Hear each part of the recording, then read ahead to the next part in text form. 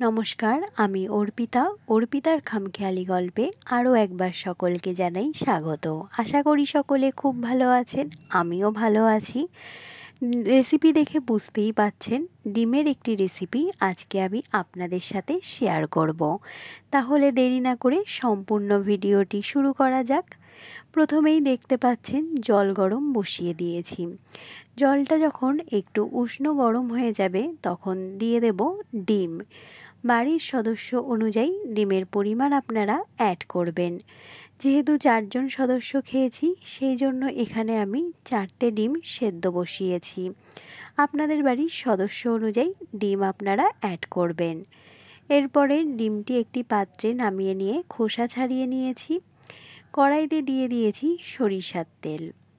সরিষার তেল দেওয়ার পর যখন একটু গরম হয়েছে তখন অ্যাড করেছি লবণ আর অ্যাড করেছি হলুদ।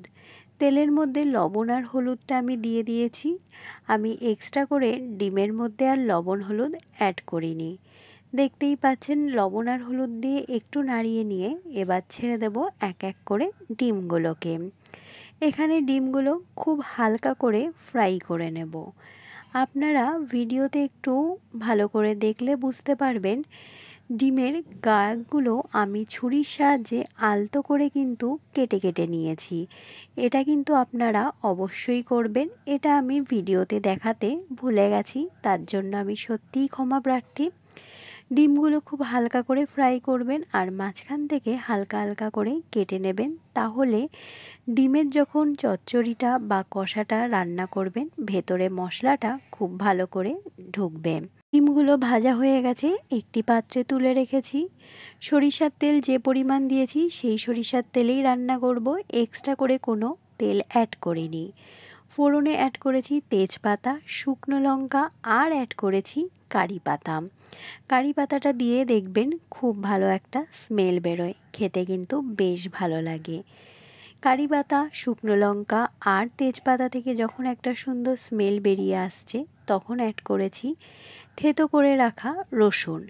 এখানে আমি রসুনটা পেস্ট করেও নিইনি, আবার গ্রেট করেও নিইনি। কাঠের যে হামনদিস্তা থাকে সেটার সাহায্যে একটুখানি থেতো করে নিয়েছি, সেটা আপনারা রসুনটা দেখলেই বুঝতে পাচ্ছেন। এবার খুব ভালো করে ফ্রাই করে নিতে হবে যতক্ষণ না রসুনের কাঁচা গন্ধটা চলে যাচ্ছে। এখানে আমি কারি পাতা অ্যাড করেছি। কারি পাতাটা অ্যাড করে দেখবেন রান্নাটার কিন্তু একটা আলাদাই স্মেল আসে।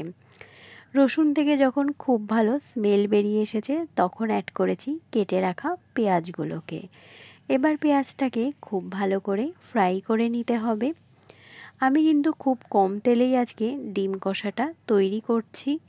আপনারা চাইলে তেলের পরিমাণ আরেকটু বেশি দিতে পারেন, কিন্তু আমার মনে হলো প্রচণ্ড গরম, মানে কলকাতায় তো মারাত্মক গরম, সেই জন্য একটু কম তেলেই রান্না করার চেষ্টা করেছি। আবার রান্নাটা সুস্বাদু না হলেও কিন্তু খেতে মন চায় না।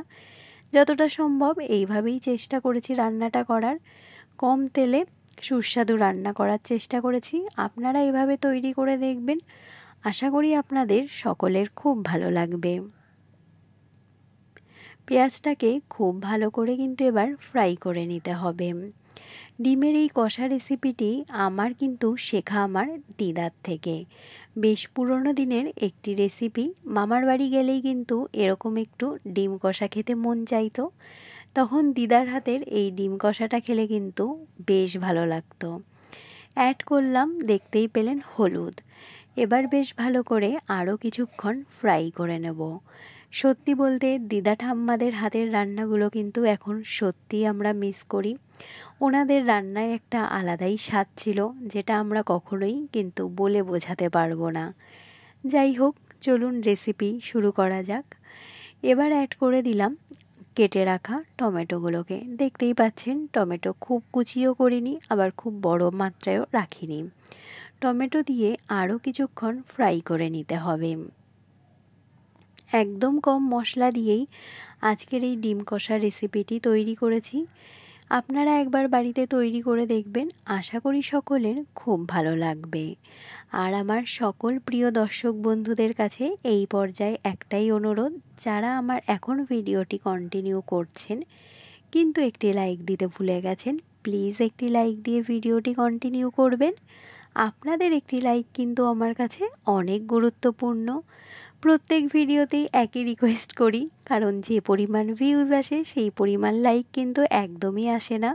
সেই জন্য সকল দর্শক বন্ধুদের কাছে আমার এই ছোট্ট একটি অনুরোধ রইল। তাহলে এবার আবার রেসিপিটি শুরু করা যাক। দেখতেই পাচ্ছেন আপনাদের সাথে কথা বলতে বলতে আমি অ্যাড করেছি জিরের গুঁড়ো আর ধনের গুঁড়ো। ব্যাস, এখানে কিন্তু আর কোনো গুঁড়ো মশলা আমি ব্যবহার করব না।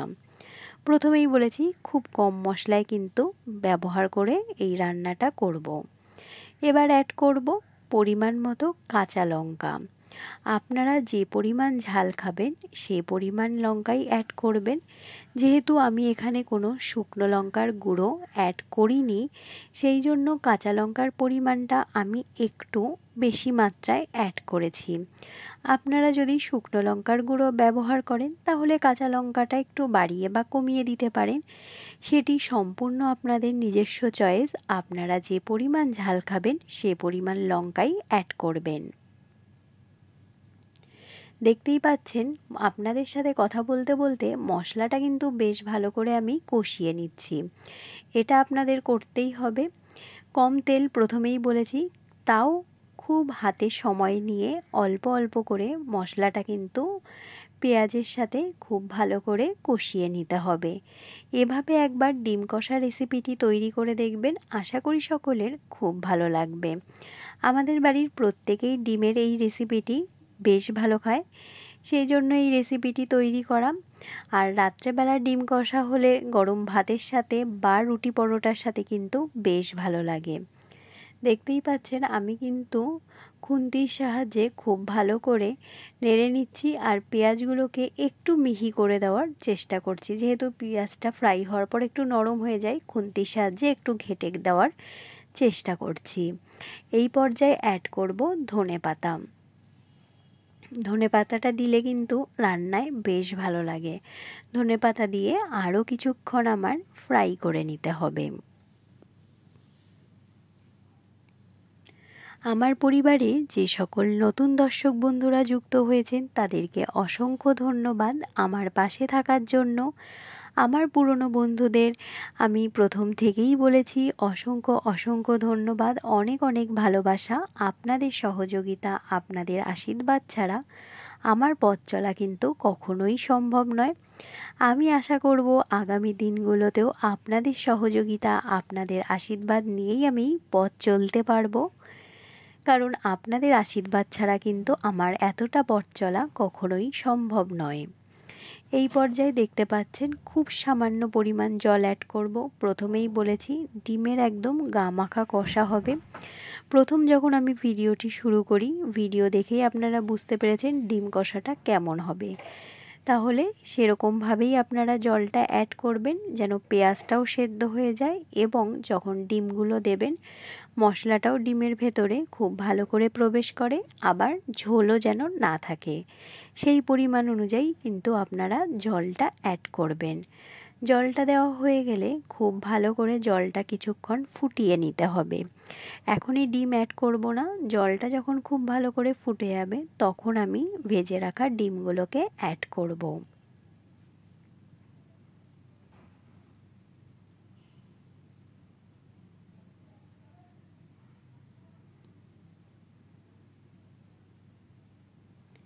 এই পর্যায়ে দেখুন বেশ ভালো করে কিন্তু ফুটে উঠেছে।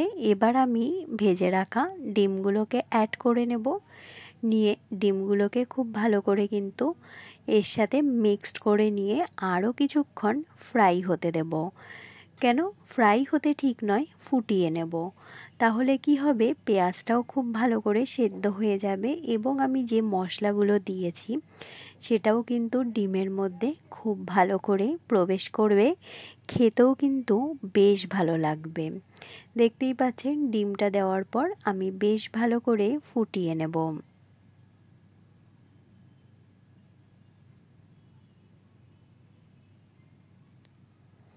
আমি প্রথমেই বলেছি এখানে আমি লঙ্কার গুঁড়ো অ্যাড করিনি, চাইলে আপনারা লঙ্কার গুঁড়ো কিন্তু অ্যাড করতে পারেন। এই পর্যায়ে দেখুন ডিমের কষাটা আমার কিন্তু প্রায় রেডি হয়ে এসেছে, তেল ছেড়ে দিয়েছে দেখতেই পাচ্ছেন, অল্প তেল দিয়েছি সেটাও ছেড়ে দিয়েছে, সাইড দিয়ে দেখতে পাচ্ছেন।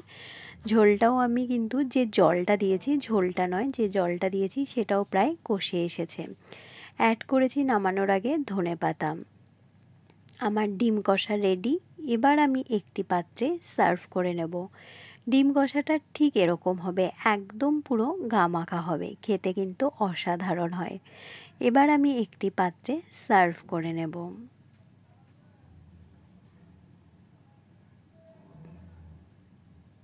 দেখতেই পাচ্ছেন আজকের আমার এই ডিম কষার রেসিপিটি কিন্তু তৈরি হয়ে গেছে।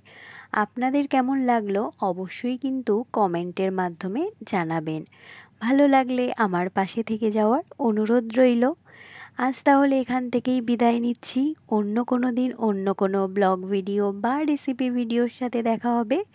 ততক্ষণ সকলে ভালো থাকবেন, সুস্থ থাকবেন, নিজেদের খেয়াল রাখবেন। প্রচণ্ড গরমে সাবধানে থাকবেন, সকলকে ভালো রাখার চেষ্টা করবেন। নমস্কার।